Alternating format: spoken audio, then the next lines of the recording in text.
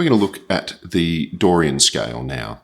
So in your C position, okay, this one sort of has this beautiful light feel to it as far as a minor scale goes.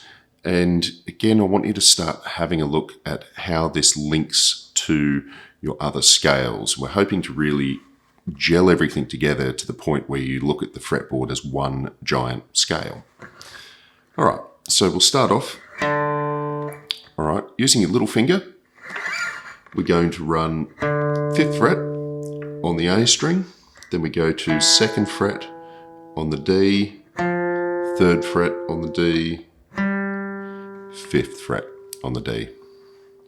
Dropping down onto the G, 2nd fret, okay, out to the 4th fret, and then 5th fret. Now, our note below will be 3rd fret on the B. Okay, so we'll run through that again.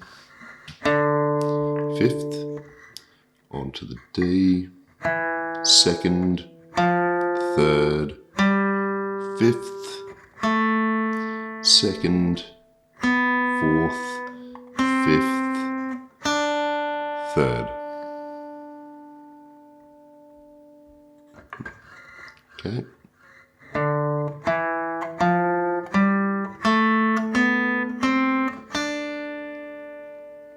And again.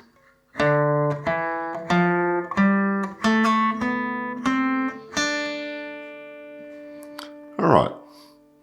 So it's quite a nice feel to it.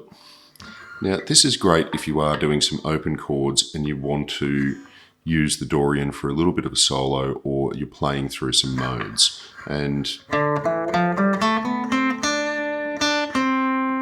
this area here in particular,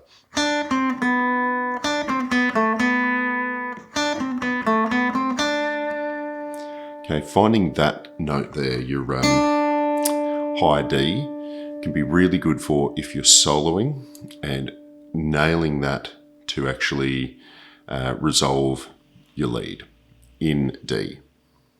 All right, now let's have a quick look at the arpeggio for this one, but it's not going to win any awards for originality.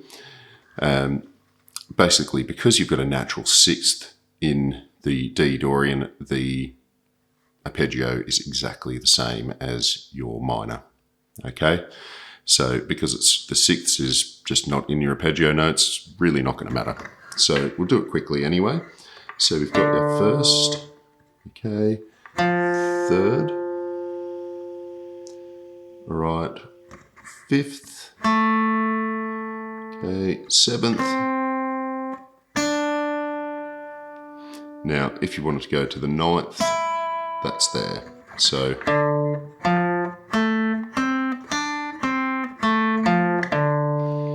as I said, that's the same as the minor in the same position there.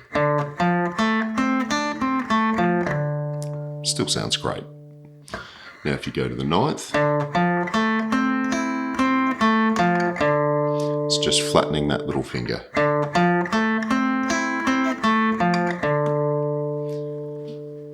All right, so great, we've got this position, but what's so special about it? Now, this is where you can bring in some of those 1, 3, 5 chords if you want to do a D. So instead of jumping in and doing your D major, D minor, all right, that's got a certain tone to it and it's great. But say if we want to have something with a bit of a different feel, we can actually use this shape. So we're looking at our arpeggio notes here.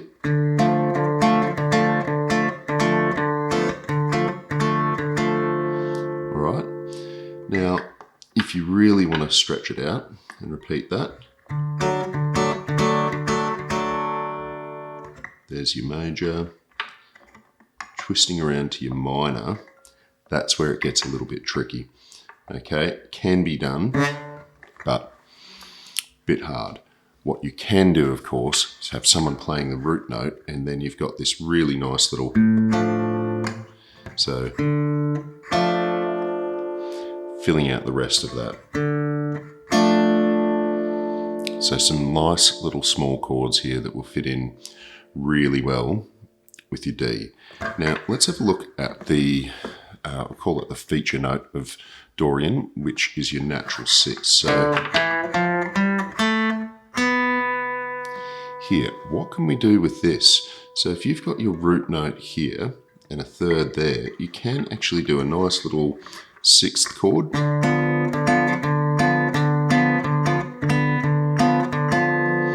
Just give it a little bit of a feel that matches that Dorian. And it's right next to that 7th, so you can tuck your little finger in.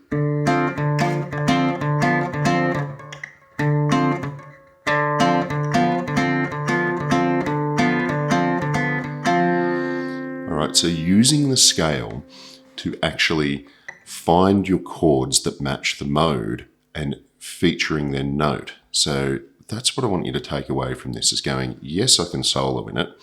Your arpeggio notes are just going to make it sound like a minor scale anyway, but nailing that feature note will give it a really cool sound. So highlighting that, all right? So find whatever notes the standout. So for Dorian, it's the fact that it's a minor scale with a natural 6th. And that interval will highlight that mode and make it sound really cool. We'll leave it there, and I'll see you next time.